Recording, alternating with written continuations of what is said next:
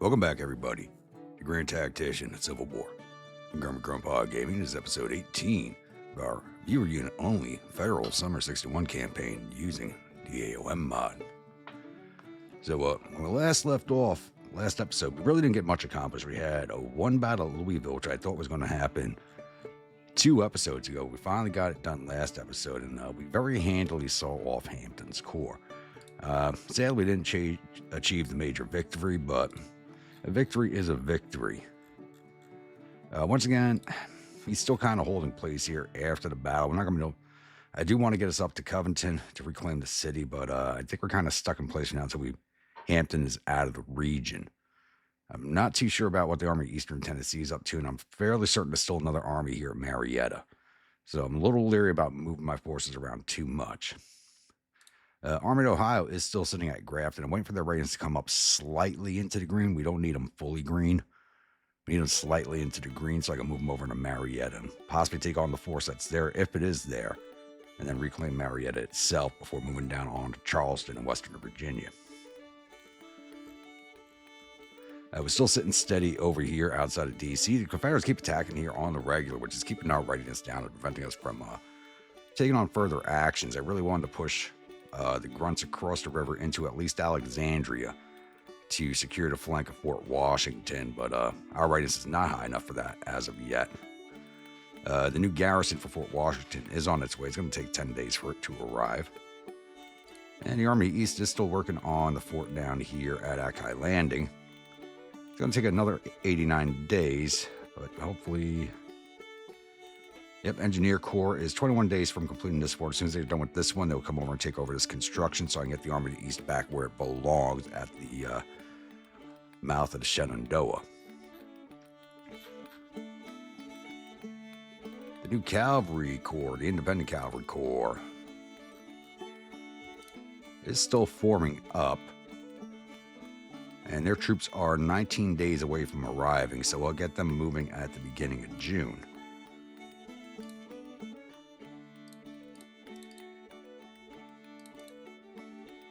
And we're still awaiting the arrival of one more brigade for the new infantry corps. And they are 4 days away from arriving. Okay, so we're going to get this, hopefully, get this corps put together and transferring this episode. If nothing, I don't see anything happening within 4 days, but I could be dead wrong. And we are still waiting on 2 ships to repair with the East Coast Squadron. The Santee and the Potomac are still below 90%. I want these 2 at least 90% before we go take a fort on again with this fleet. Hopefully that will happen soon. All right, I think that covers everything for right now, so we're going to jump into the historical record. So just as a reminder to everybody, these videos are always chaptered and jump around to whichever part you so choose. A journal entry from General Jameson Redbreast, dated 20 May, 1862. My God, after almost 8 months, I'm finally on my way back to the front of my men. I know General Burnside has taken good care of them while I was away, and correspondence between us has been very detailed as it goes on around camp. I'm sure the boys will appreciate the wagon of Irish whiskey I acquired fresh off the boat from the motherland just yesterday. Those boys in gray have waited long enough. And now, my train is coming.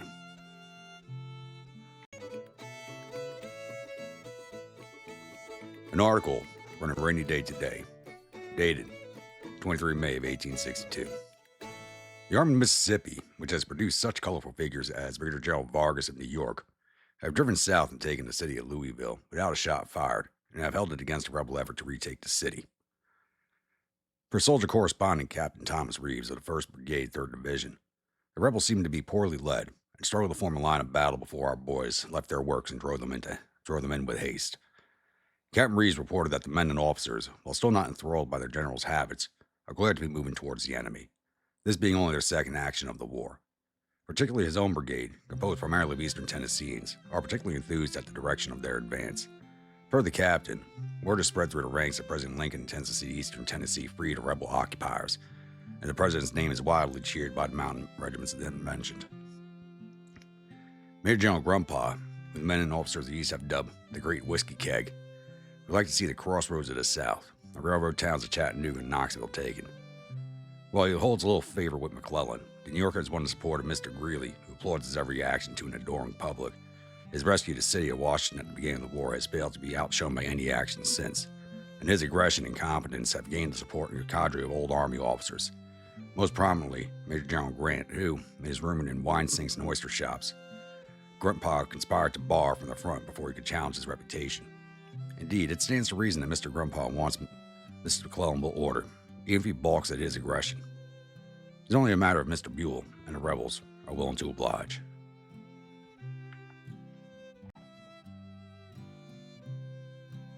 Once again, thank you to everybody who submits the letters, diary entries, newspaper clippings that help build the backstory of this campaign. It is very much appreciated.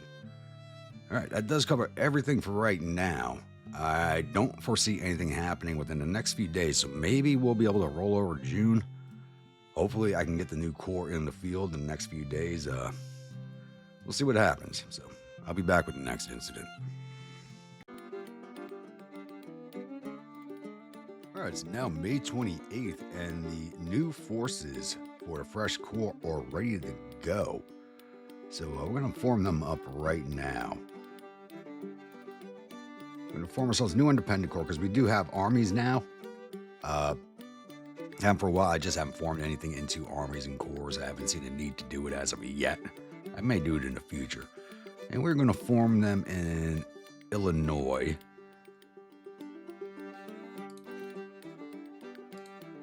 Pope, you're not going to have command of this. They have new division. Oh, wait, no. Delete that. Don't need to add new division when the new division already exists. Liberty Legion is now heading out this way, along with the Blue Storm Brigade, the Freedmen Engineers, and the Molly Pitchers. And so now they end up the name Army of Tennessee, but that's fine. Likes a new commander to think of a name for it. And that new commander is going to be General Daywood. As per discussions in the past and the way the storyline's running, Daywood is no longer in favor. Or we've been trying to get him out of the my own corps for a while now, and we're waiting for this new corps to form up. So he's going to be taking command of that corps. I've already gone through all the officers, and next man up is General Emus's Grunt. I went through every brigade, and he was actually, this just happens to be in the same division. So Emus's Grunt will be taking over the division. So we got to replace him first. Minnesota Territory.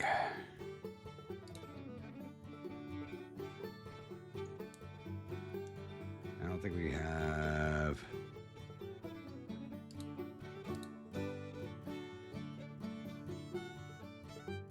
do any officers. Oh, what do we got here? Alfred, Sully, and Gorman. It's going to be Alfred Sully because McClellan, as I've stated previously, since he's in charge, is always going to take a West Point graduate over anybody else. So Alfred Sully is going to get command of that brigade.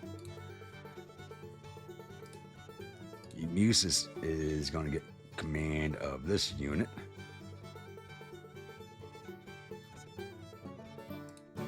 He is a brigadier. So if anybody's wondering, anybody who was a colonel, and I'll discuss this in a later diary entry, anybody who was a colonel was already promoted to brigadier. It says if you're a brigade commander, you got promotion to brigadier per the War Department. And now that you are in command of the division, I'm going to promote you to Major General. There we go. Now, Pope, you're getting replaced by Daywood.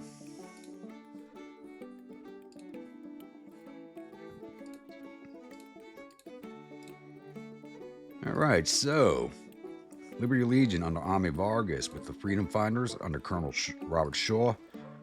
I gotta give all these guys promotions. Lincoln's Valkyries under Jesse Hillebrand. The 51st Suffrage Brigade under Thomas Sweeney, the Blue Storm under Nelson Taylor, Engineers under William Smith, and the Molly Pitchers under Horace Ferry. Kind of who's who of politician and volunteer commanders. Because they are kind of deemed as an experimental unit for the most part. And they are forming up in Chicago. And how long was it going to take for these transfers? 21 days for the transfers. Okay. So they'll be ready to go in July. Or end of June, beginning of July.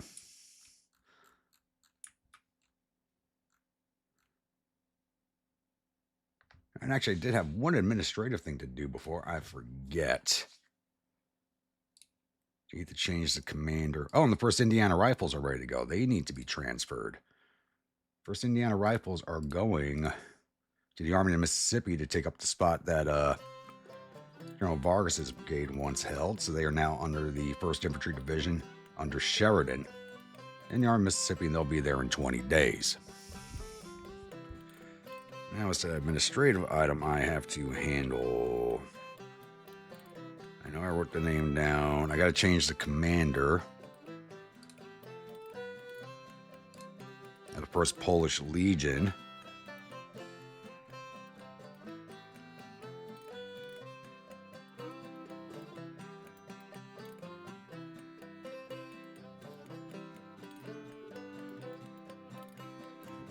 I gotta see if I can find this guy. I'm not even gonna try to pronounce his name, because I know I'll screw it up.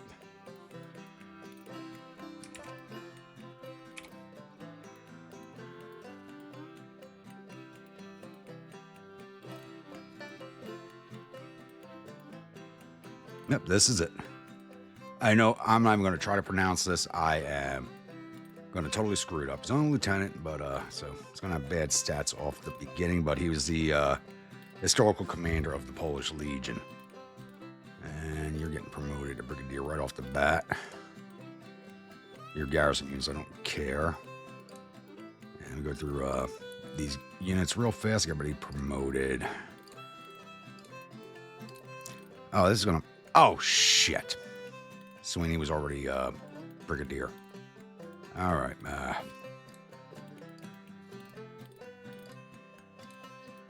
I'll leave him in place for now, or the computer might switch him out. It's not the first. He's the second one I've done that to.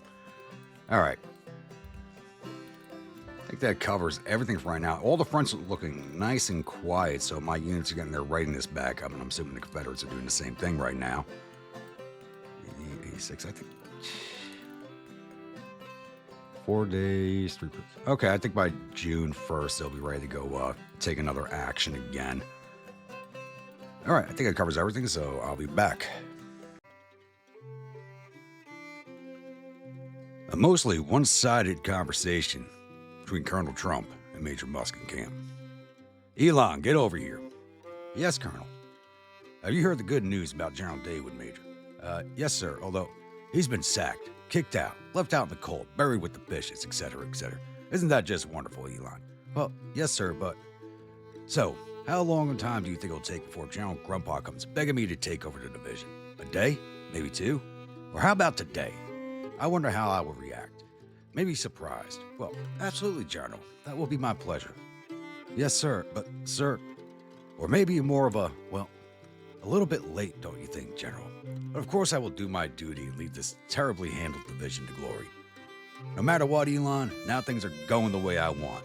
Daywood is gone, and it's just a matter of time before General Grumpa follows him. I wonder what my uniform will look like with a star or 2 on it. I say it is time to celebrate. But sir, there we go. 1 drink for you and 1 drink for me.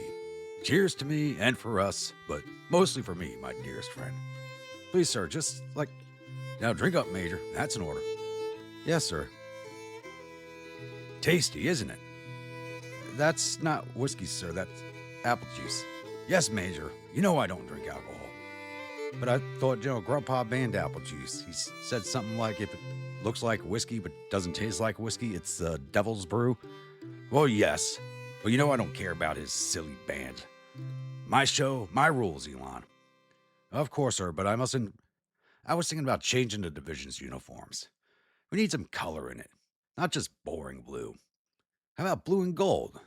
That would be such a fantastic upgrade. Watch out, rebels. Here comes Trump's division.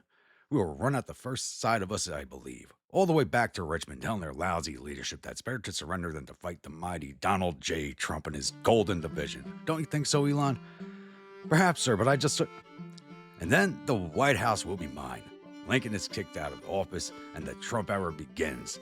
A prosperous and great time to live in America. Jobs will be created, walls will be built, tariffs on everyone. Oh, I can see it in front of me, Elon, and it's only the beginning.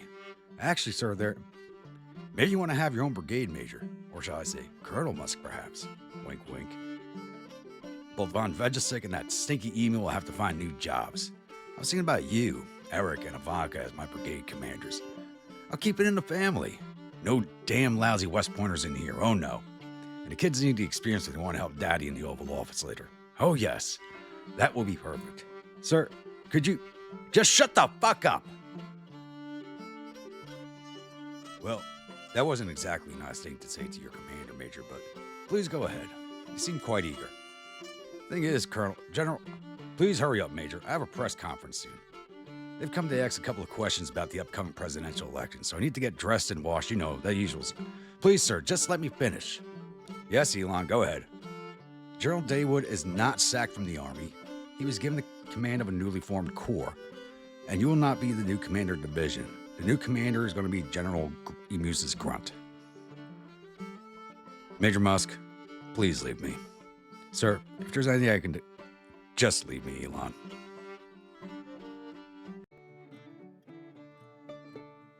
It's now June 1st, so it is... I'm actually surprised. We made it all the way to June with absolutely nothing happening, so it is now time for the June monthlies.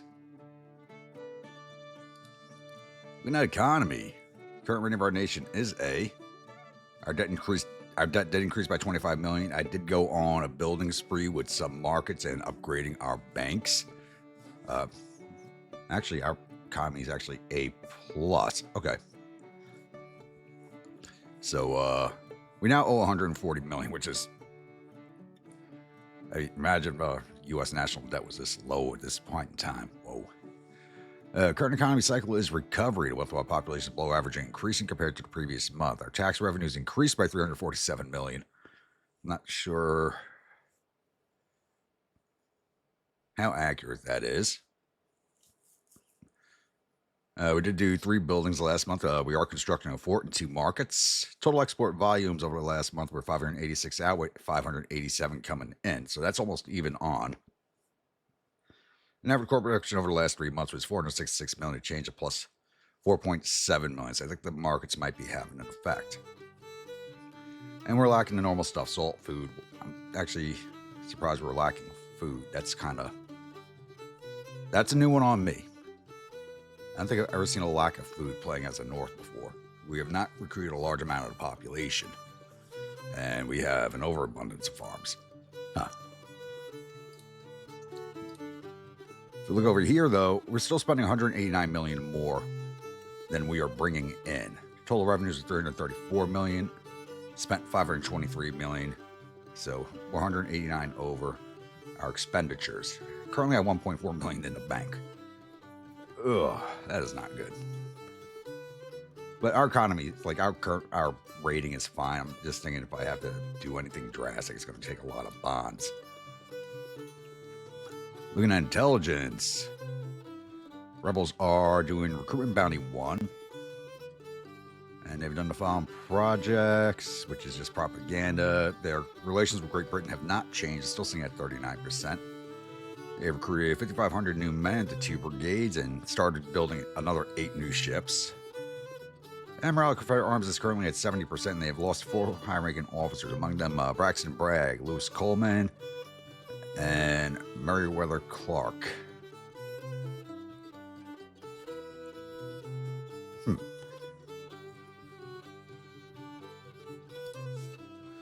So Bragg's the highest grab, and sadly, honestly, when you think about it, if you look at real life history, taking Bragg out this early in the war probably would have been a help to the Confederacy, and not the opposite effect. Looking at strategy. National morale, which they got 63 to their 77. National support, we're at 75 to their 86. Morale of armies, they're 89 to our, we're 89 to their 69. Men in the field, we have 93,270 men in the field. They have 213,854. So a bunch of our enlistments probably just came up because we did have a little more than that in the field. So I think a bunch of our enlistments just ended. That's not something I was paying too close attention to. Naval tons, we're 133,000 tons. They're at 123,610 tons. So they're catching up to us very fast naval tonnage-wise. I think they might be pumping out a bunch of ironclads, which could be a problem in the future. Military experience, we're at 19 to their 22. We should be higher, but they think they did a few projects that bumped up their experience. Battles won, we're at 29 to their 16. Total casualties, we're at 20,910. The rebels are at 48,807. Still keeping that a little more than 2 to 1 in our favor. Looking at policies, we did finish off industrialization 2. We are now working on industrialization 3. I had thought of doing print notes, but our economy is still doing good, even though our expenditures are still a little high. I don't see it necessary to do that yet. So just as a placeholder, we're working on industrialization 3, basically. When the next chapter opens up, we'll probably jump down straight into military 3 or government funding 3. I'm not sure which yet. Probably military 3 will be the first thing I work on. All right, projects. What do we got available? Not as much as I thought there would be. Not as much as I thought there would be. All right.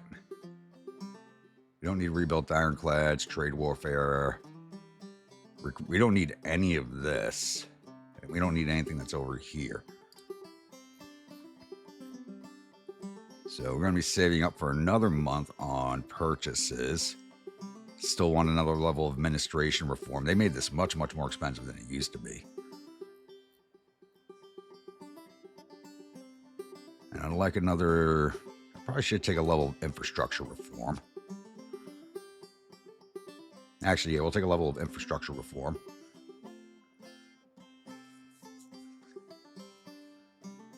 And over here...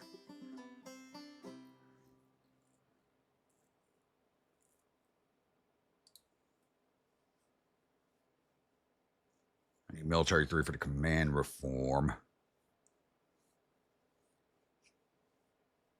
That just basically give us army groups, which I'm not even using armies yet. We're still using individual corps. Another level of weapon production would be wonderful.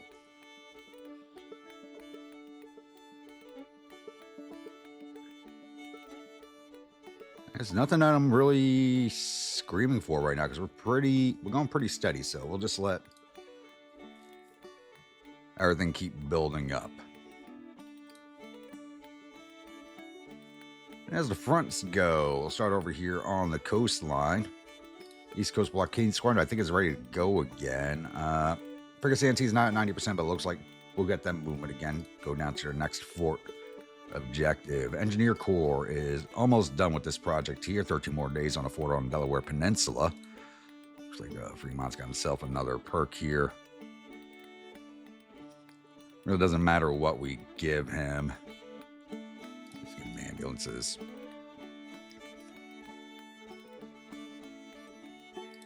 My grunts are halfway through the yell, so they're almost ready to go again.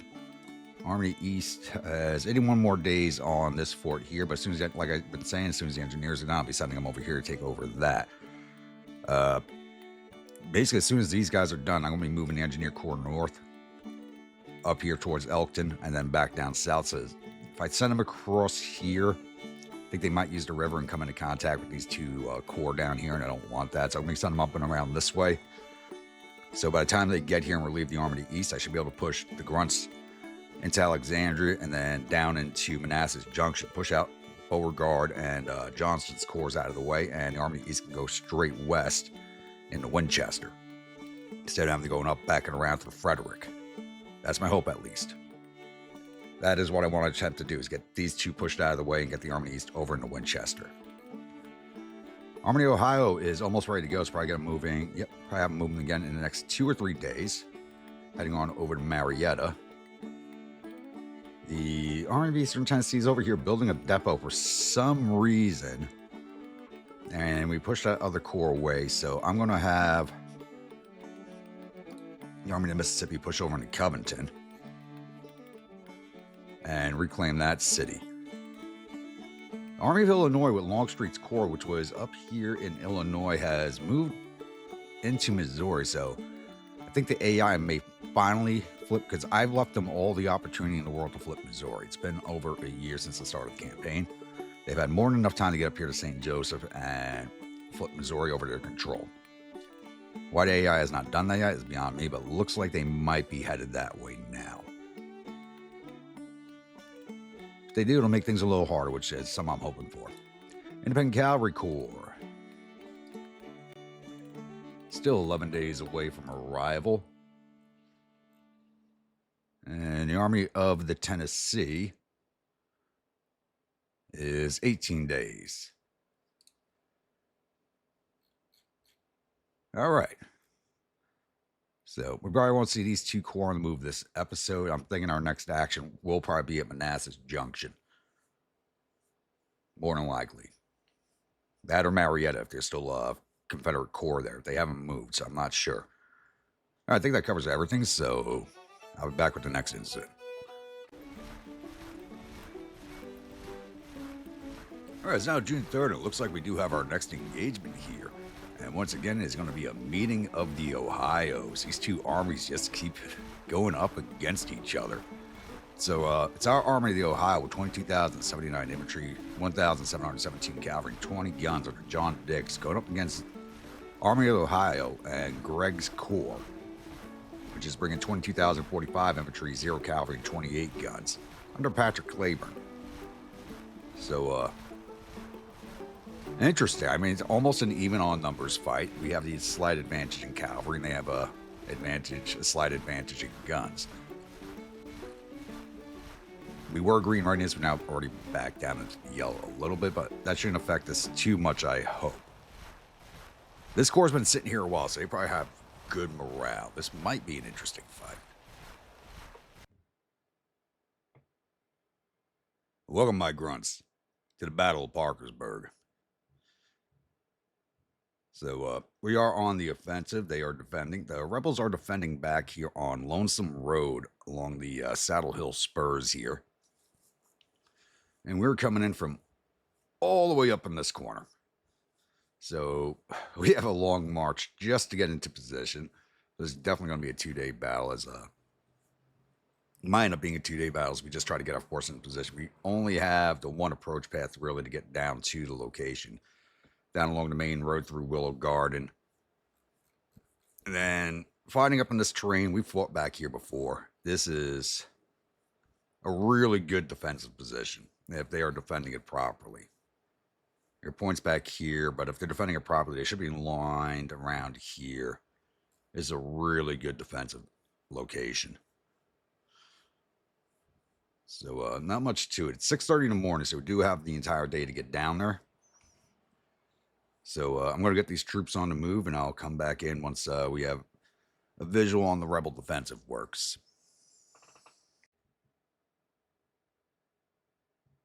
All right, it's now 11:30 in the morning, and I have my cavalry kind of all up and around the objective point with it sighted, and I don't see Cleburne's troops at all. At all. I don't know where he is. So for right now, because I have Diller over here with the Black Hussars, the Hogmaw is over here. I'm shifting them both over here to the north side of Saddle Hill, and I'm going to put them on top of Saddle Hill. The 2nd Infantry Division is almost up coming here, but as soon as they arrive at this point, I'm going to push them straight onto the objective. If they're back down here somewhere, I'm not sure, we'll have a great defense position against the rebels because they got to come up this open hill at us.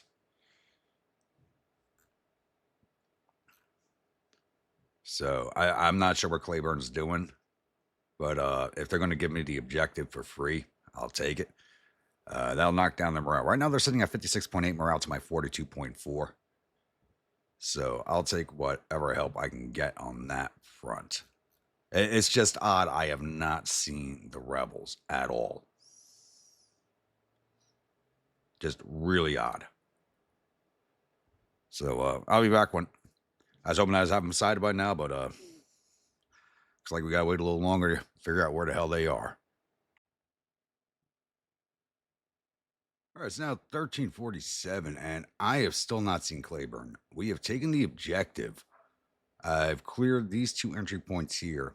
About to send the hog mollies down. They're coming down and clear this point here with the 4th Infantry Division setting up a blocking position on these woods. I do have the 6th Infantry Division originally marching here to block this position.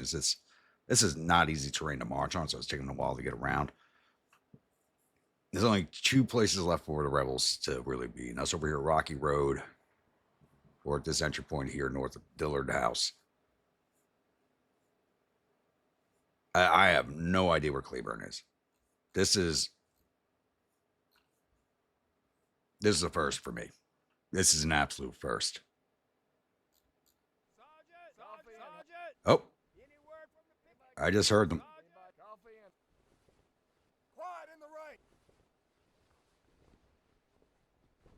Yeah, I think they should patch that because I shouldn't be able to hear these guys shouting like that. So they're actually way over here, nowhere near the objective.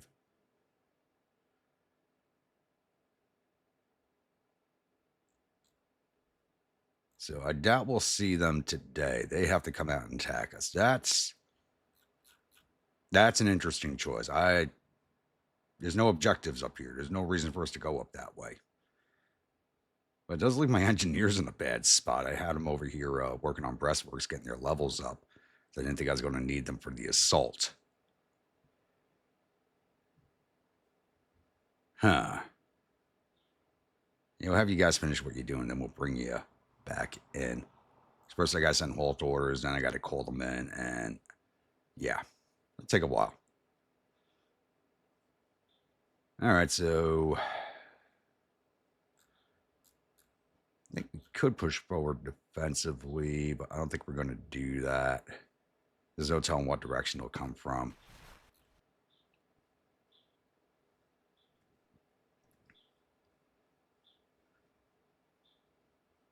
So actually, what I'm thinking,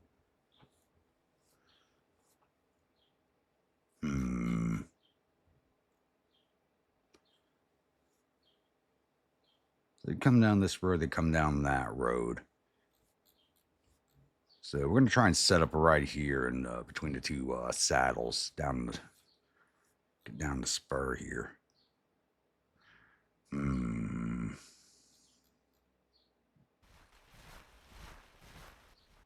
I think we'll set up along here. Have the cavalry screen over this way just in case.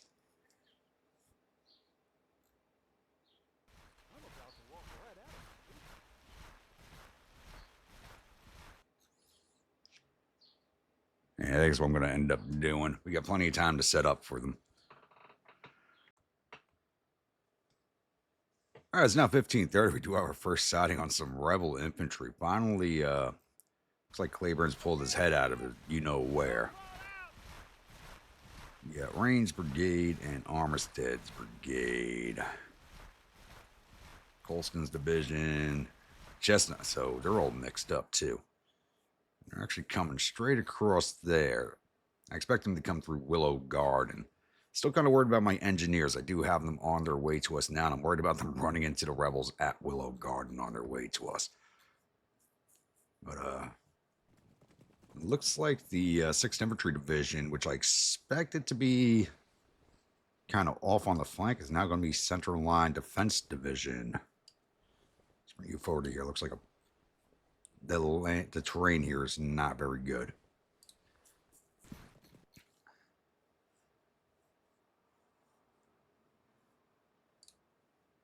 think we'll bring Rosecrans up on his left.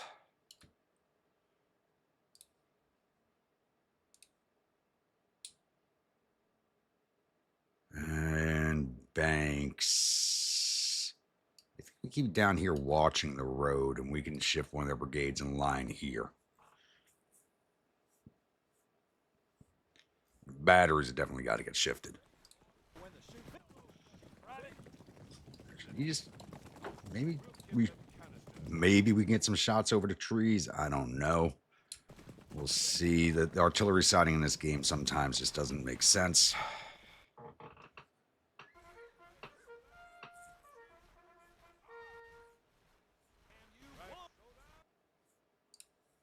And okay, you're going to leave that house you're using as your headquarters and actually come up here by the artillery. Save your water for when the shooting starts. Save your water. Infantry's on its way. Hog mollies. Come over this way. Same thing with you, though. Let's just move you out of the way of the infantry.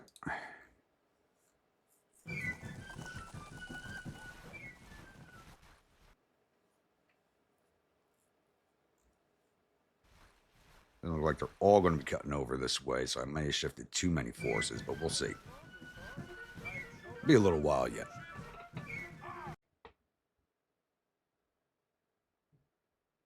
All right, it's now 16:20, a little after finally coming into contact with the rebels. About to run into each other.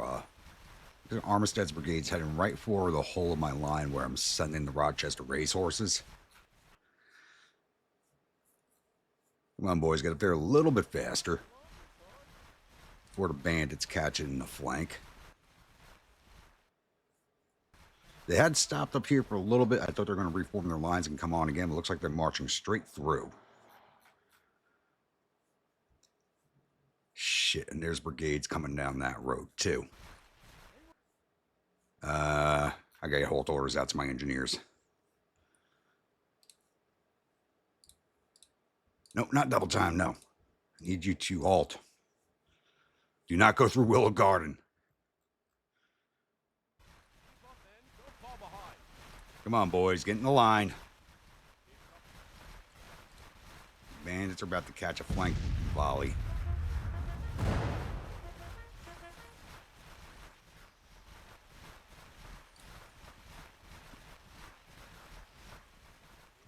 Boys, soon enough we'll see the elephant. Keep the cage, damn you! One!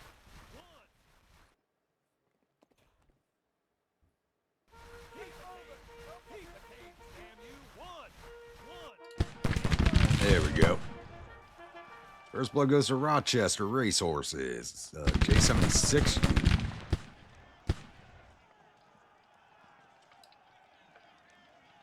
I'm going to push you boys forward in the line so I can shift the bandits forward also. I want you having as much fire on that open ground as possible. It's a good thing I started shifting the cavalry back and around. I'm going to be able to extend the line down this way on the other side of the creek. Where I shifted the infantry to, it's going to be a pain in the ass getting this division back into position. So it looked like the main attack was coming through here, but I was completely wrong on that front.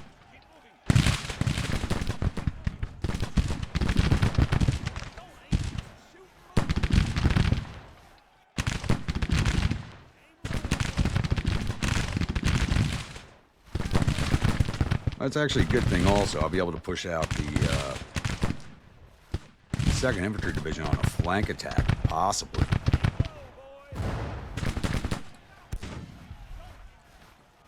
That's it. Push away Armistead.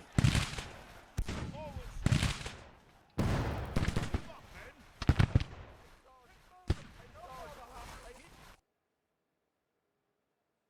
sent those halt orders to Meigs. Maybe he can give us a good spoiling attack. I'm gonna wait for those halt orders to get to him, then send new orders.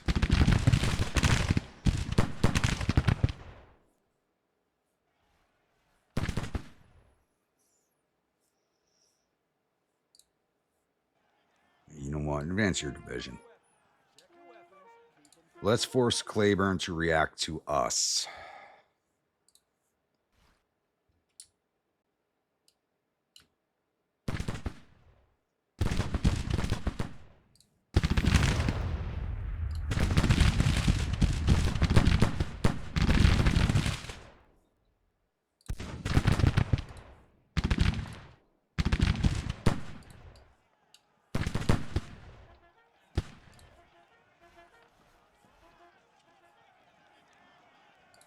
you go. Good job, boys. Looks like his main forces are coming down from that direction. So he's not in a good position to support. We're about to smash these 2 brigades in the flank, so.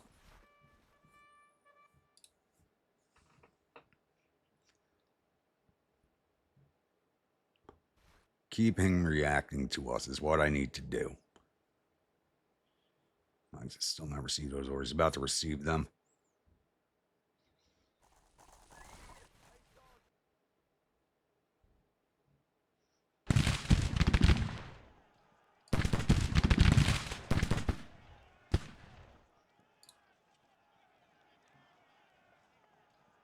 Alright, bands, push forward. We're going to try and catch this brigade in a crossfire.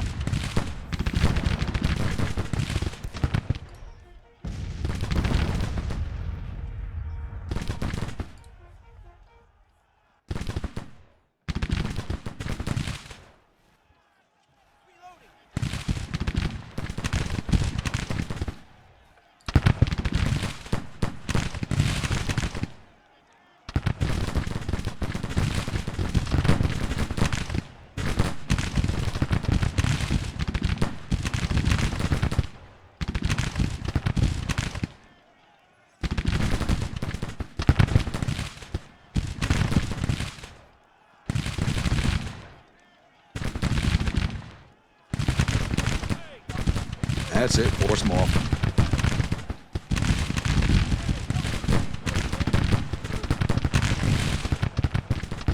Mask. Taking heavier casualties than they should because of the movement, but go get some volleys in there. Yep, we're forcing them to react. Look at that.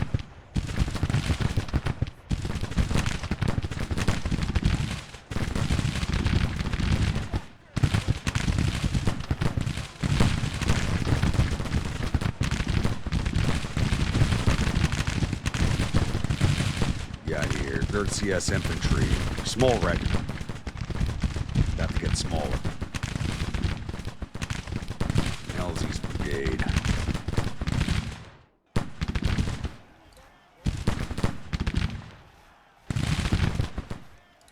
Boys, Halt needs back online with the Iron Brigade.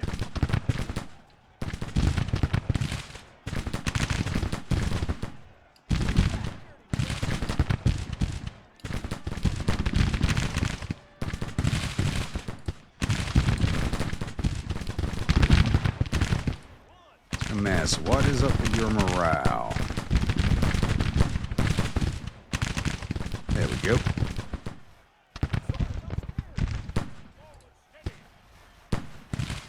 Alright, boys, push up to the edge of the hill.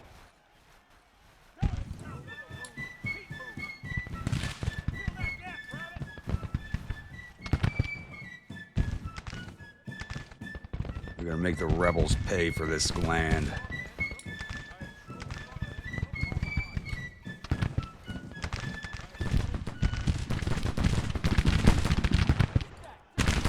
Damn, Elsie came right up on their flank.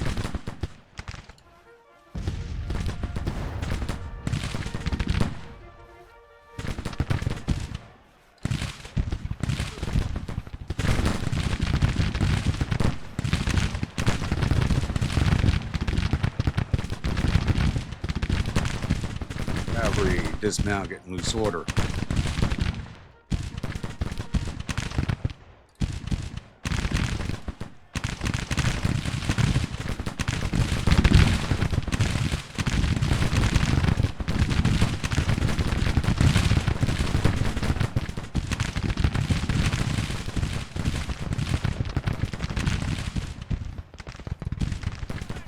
Boys, now you have orders, push forward, start pushing.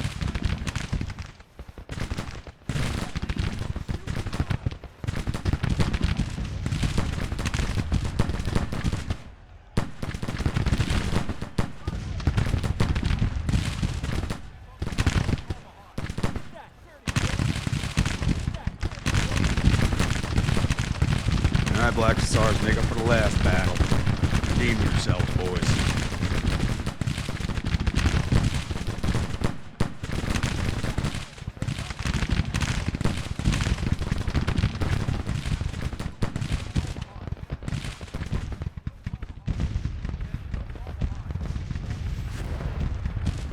This has turned into an interesting fight. I'm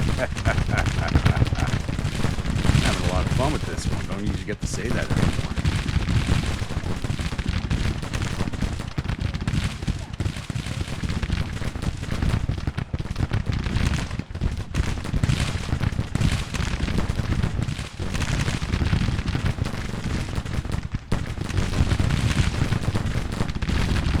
There you go, crush this flank. Who's wounded? Banks is wounded. Damn.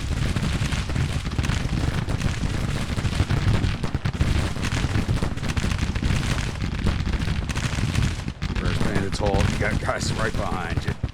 They are pushing in. South Carolina Reserve Brigade. Get rid of them.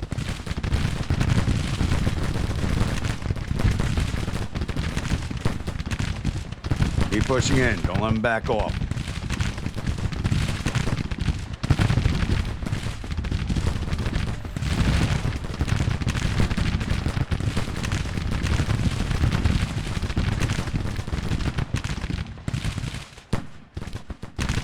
All right, boys, getting into that mess. Let's go.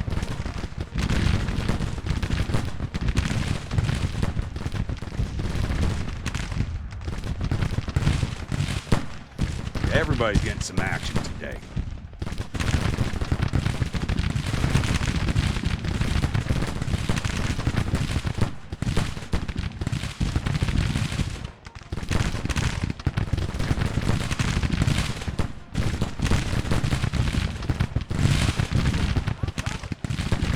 Break Cleburne's army today.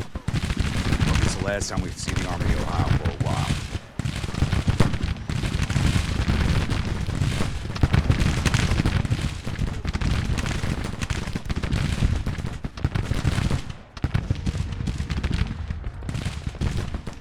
Whereas bandits are turning into my fire brigade this battle. Ooh.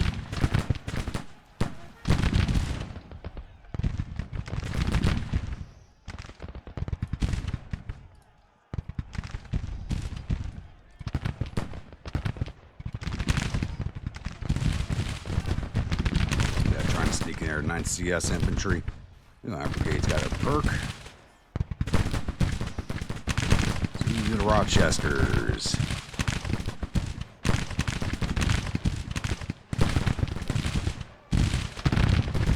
Oh, and I know you have orders to advance. Begin pushing in.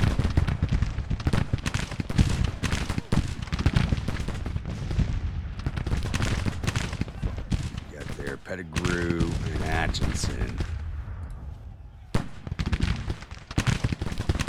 You have your orders. Begin moving. Damn it, Shank. Are you at short range? How's it got into hand-to-hand? I didn't notice. Alright, cheeseheads. Start pushing around support. Boys, let's take on these batteries.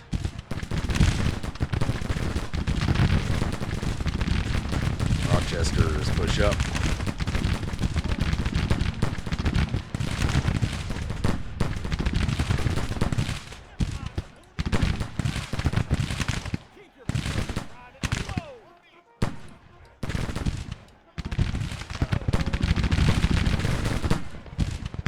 Black Hussars, push across. Hog Mollies, push across. Alright, I forgot about you. I want you to keep coming down the road again.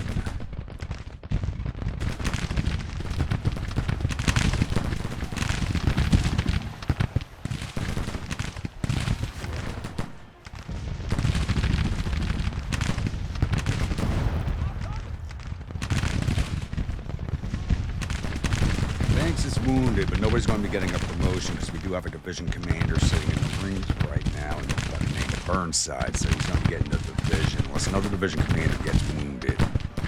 Another perk.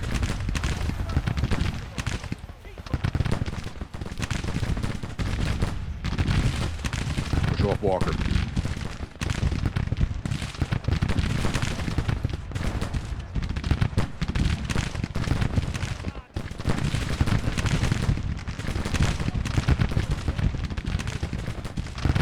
Looking at you. I'm at 10% casualties. We're sitting at 5%. It's almost 2-1 right now. It's kind of turning into a fairly bloody fight. I think we got their morale just about broken.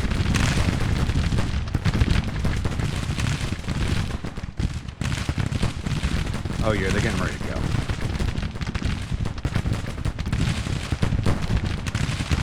Push up the petty group.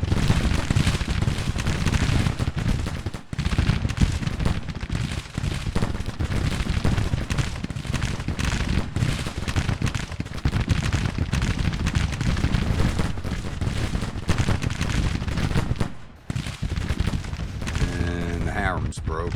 Alright. 241 casualties. Damn. There they go. 11 minutes on the clock. Let's see if we can't plus up the casualties a bit. I don't think we're going to get the major victory. Yeah, I'm at 13%. We need to get up to 19. Oh, we might be able to do that. Like there's enough for crossfire here.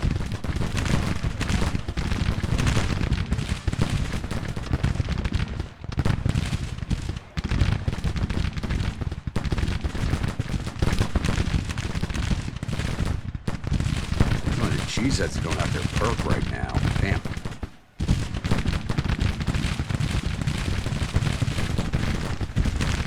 Oh, and Delco Principles just broke.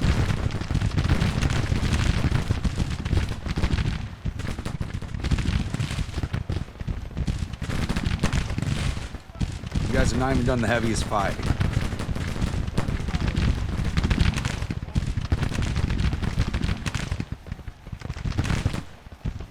Brigades did not do the heaviest fighting. They're the most messed up.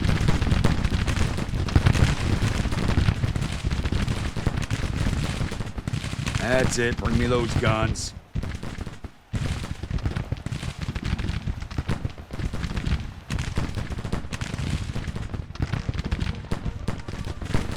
I'm to 15%.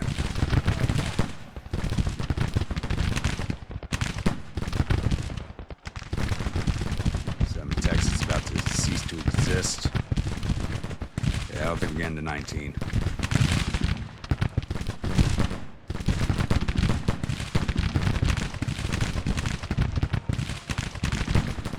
I swear I told you to engage Pettigrew.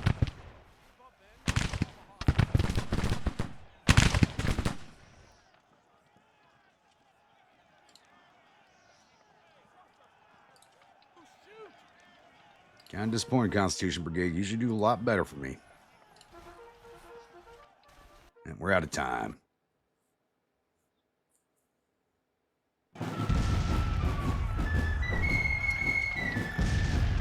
Ended up being a little bit of a crazier fight than I expected. That was fun. I haven't been able to say that in a while about one of the battles in this game. That was fun. I don't know what Cleburne was doing not being on the objective point, but it made the fight a lot more interesting, I think. So we took down 3,600 of their 24,000 infantry. No cavalry didn't happen. We got all of his batteries. Total loss of 3,800 of his 24,000 men.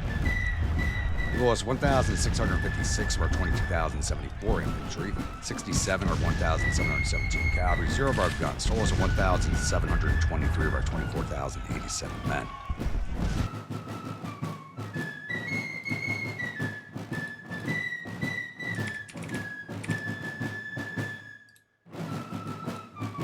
All right, time for the reports.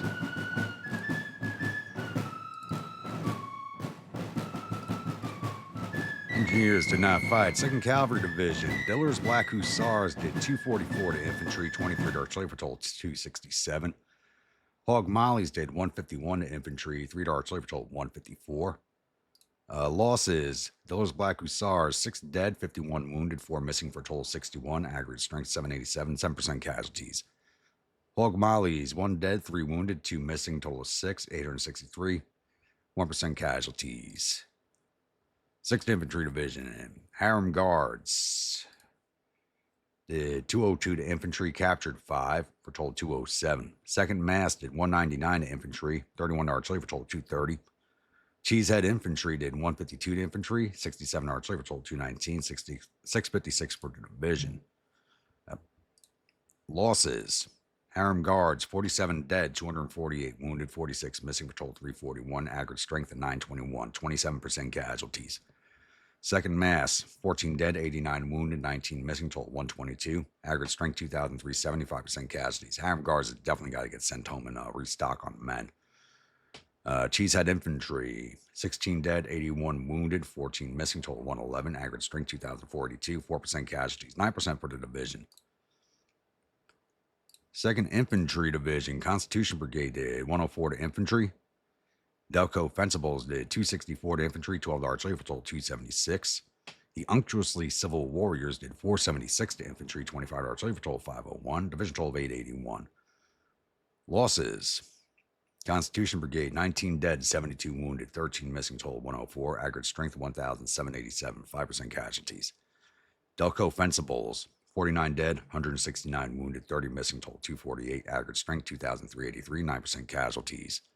Unctuously Civil Warriors, 42 dead, 114 wounded, 19 missing, total 175. Aggregate strength 2,408, 7% casualties. 7% for the division. 4th Infantry Division, Iron Brigade West did 501 to infantry, plus up to 511, called some command staff. I saw Cleburne's staff in their front. Rochester Racehorses did 728 to infantry, so it looks like they get the Grumpy Seal of Approval for this battle. And the Brass Bandits did 337 infantry. I thought they did more than that. They were kind of shifting. Brass Bandits and the Rochesters were shifting back and forth a lot. That corner of the fight was pretty hot. They did really well down there. Now, entire division did well. I'm going to give the entire division the Grumpy Seal of Approval because the entire division did well, especially the Rochesters and the Brass Bandits. They were just back and forth, back and forth. All right, losses, Iron Brigade West, 39 dead, 213 wounded, 53 missing, total 305. Aggregate strength 2,151, 12% casualties. Rochester Racehorses, 24 dead, 149 wounded, 28 missing, total 201. Aggregate strength 2,312, 8% casualties. Brass Bandits, 7 dead, 31 wounded, 11 missing, total 49. Aggregate strength 2,338, 2% casualties, 7% for the division. 3rd Artillery Division, 1st New York Light did 4 to infantry, and Ricketts Battery did nothing.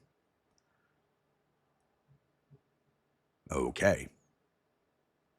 I don't think they lost anybody. Nope. Okay, yeah. Yeah. I just don't know what to say. Then again, the rebels, you know what? Because of where they were positioned up on this hill, they had sighting over the trees, but they can only sight really to here. So once those initial units were seen off from this corner, they really didn't have any shots after that. So that explains that. They were just kind of out of range of everything. All right, we lost the 1 commander wounded, Major General Banks, as far as I know. Let's just run through everybody real fast. Right now, it just looks like the division commander. Yep, Major General Banks is wounded, but like I said, we do have a division commander in the wings who's automatically going to get that division. And let's see if we got any of the rebel officers. Cleburne somehow made it out, even though I know we shot his staff up pretty good. Colonel Manny of the 1st Tennessee killed in action.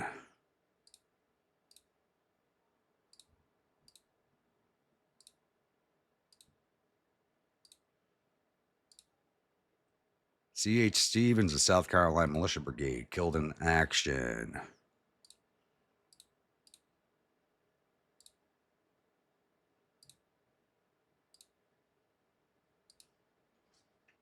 Colonel Marmaduke, 3rd CS, wounded. Lieutenant Colonel DeBrell, Danville Artillery, wounded.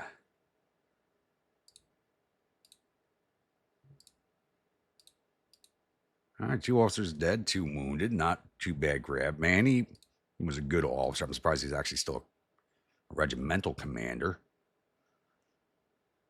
And who else was it? And C.H. Stevens, who I think in game's actually a pretty good officer.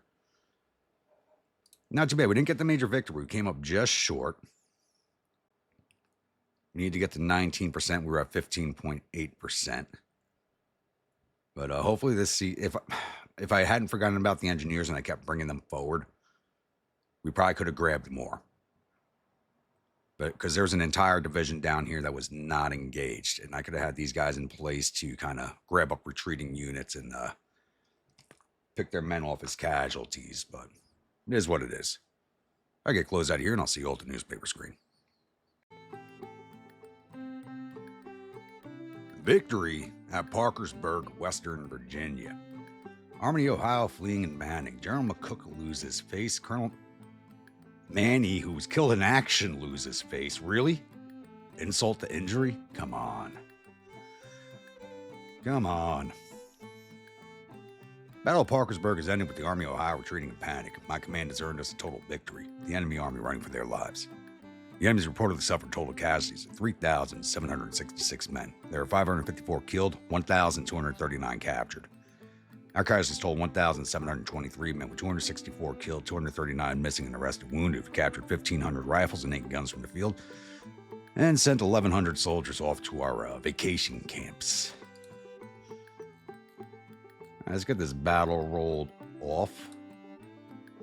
I want to see if we can continue moving. All right, we're in the yellow, so we should be able to push into Marietta. Yep, let's keep pushing to Marietta. That's the whole objective of this movement right now. Let's keep going. And we got to keep them from reforming in there. There is a supply depot there. We need it. And our Mississippi's almost at Covington. Oh, there's Hardy. So I think we're going to send the army to Mississippi down to engage Hardy before he has a chance to recover and just kind of shove him out of the way. And actually, that will actually have us pretty well secured. There's also a force over here at Maysville. Maysville. Have them come over here and engage these boys. Because I have a feeling that's where the Army of Ohio, Greg's Corps, is going to retreat to. So push over here, engage this corps, push back down, and push Hardy out.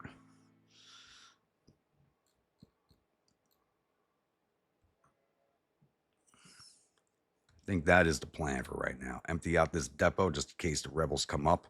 I don't want them having anything. We're not going to destroy the depot. We can still use it. But I don't want them having anything. Okay, we're now securing Covington.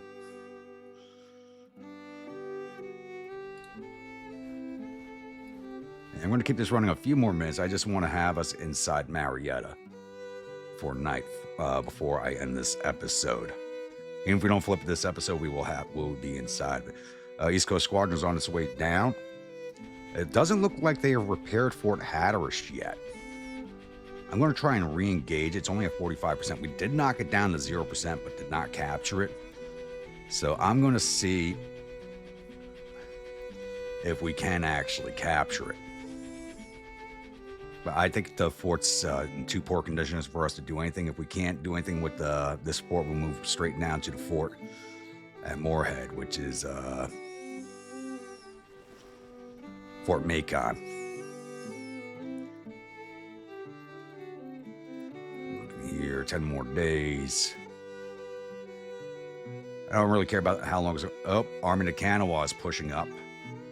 Looks like, you know what? Screw it. Let's push it to Alexandria. I'm kind of sick of this game over here. I'm not going to be able to get any movement done if they keep sending separate forces up at me. I don't know. They may be passing through. They may pass through Alexandria and up the other way, but I'm done playing that game. We need open movement. All right, Army of Ohio is moving into Marietta. Army of Ohio, I think it's probably going to come down here to Charleston.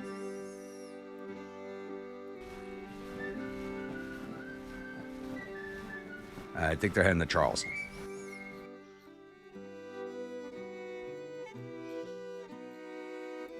All right, Covington's almost back in our control. There's now 2 corps over here. Looks like they added another corps. Hampton and Hardy. No, Hampton was up here. I have no idea what's going on with that.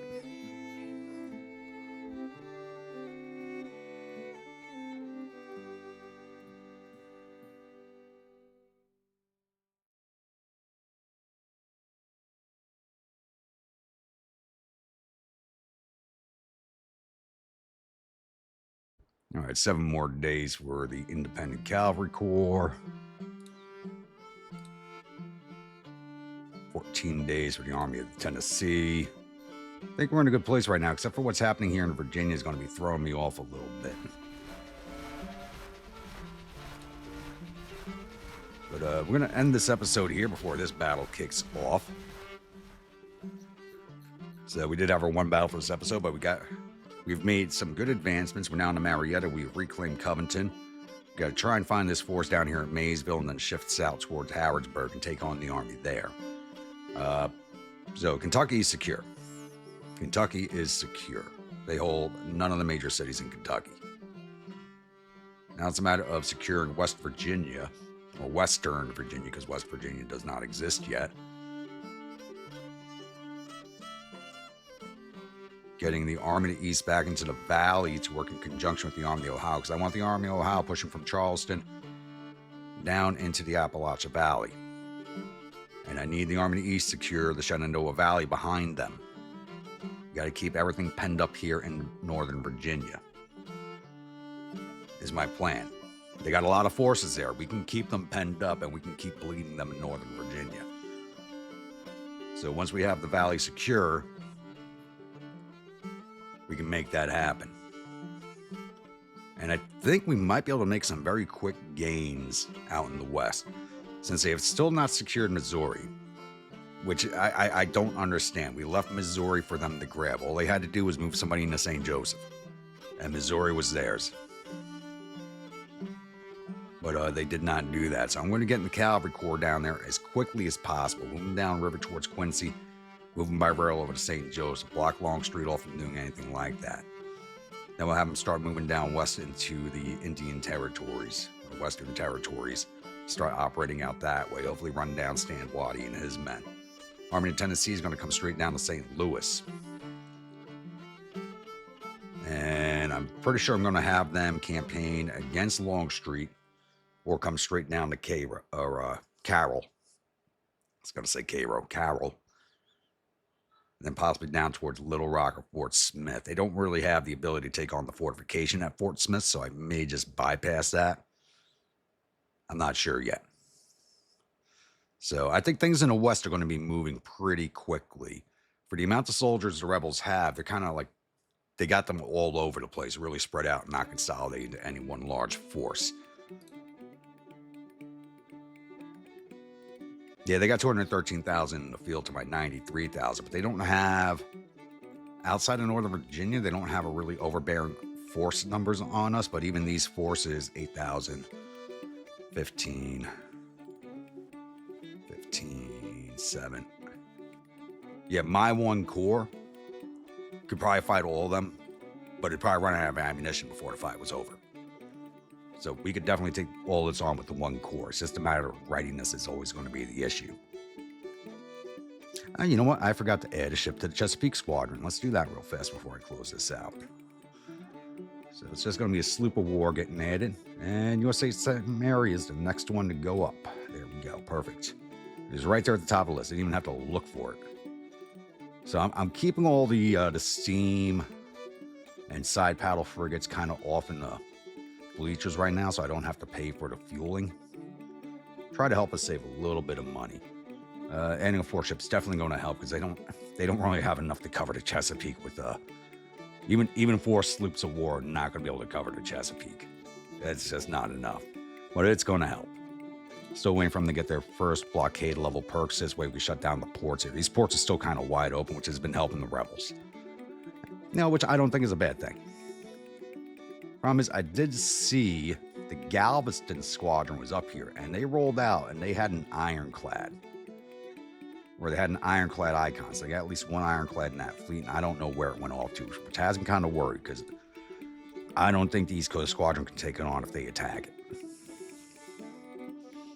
So I'm probably going to have to start building ironclads. I don't really want to, but I probably will have to.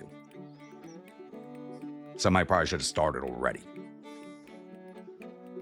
But I think I've been waxing on a little too long now. So once again, if you're a new viewer, return viewer, you're not yet subscribed, please think about hitting that subscribe button. If you do, remember that bell icon so the next video comes out. Following along in the series and enjoying it, don't forget to bayonet that like button and butt stroke that comment section. And I'll see you all at the next episode. Stay grumpy.